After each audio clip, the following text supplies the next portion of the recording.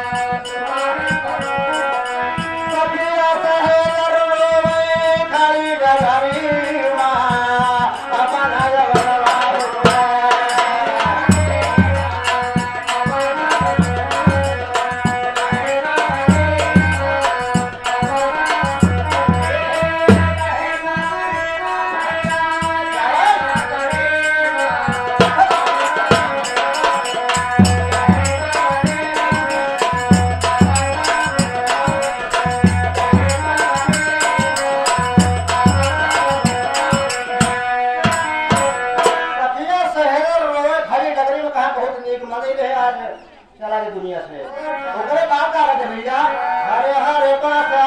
के डलिया बनावे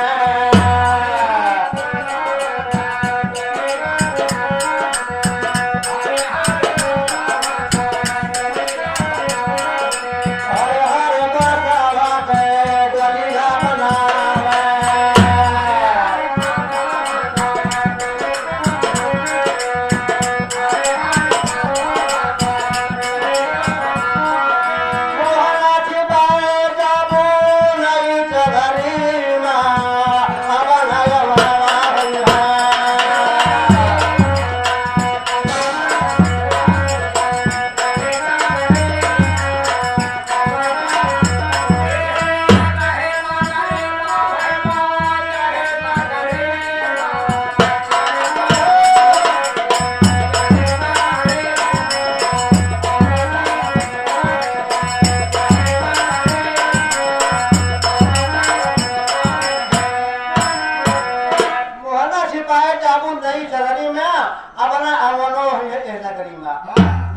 देखो सक्षम परिवार है भैया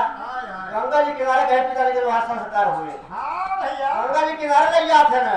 मैं भैया बोल के अपने गाँव देश में जहाँ कब्रस्तान आदमी चला दिए तो जाइए क्या उतार गंगा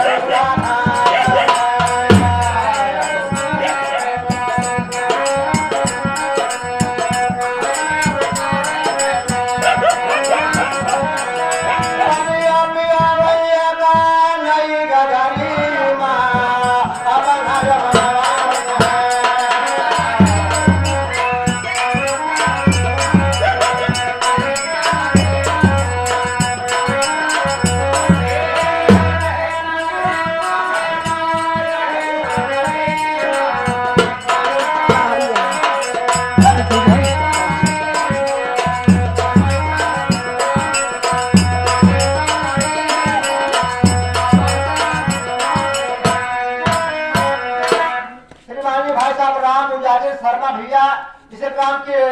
पावन धरती से भैया जी के कार्यक्रम में जा रही है हमारे भजन पर ये 50 रुपए का पुरस्कार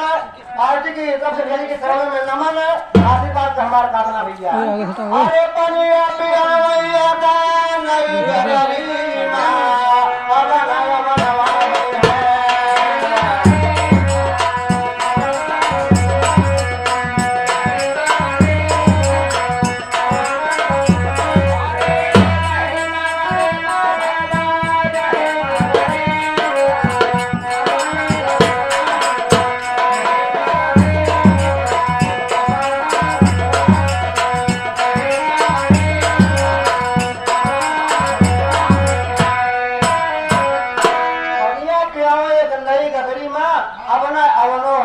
नगरी में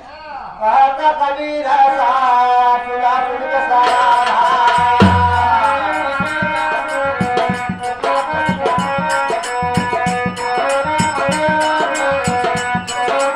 कहता कबीर सुना सुन के सारा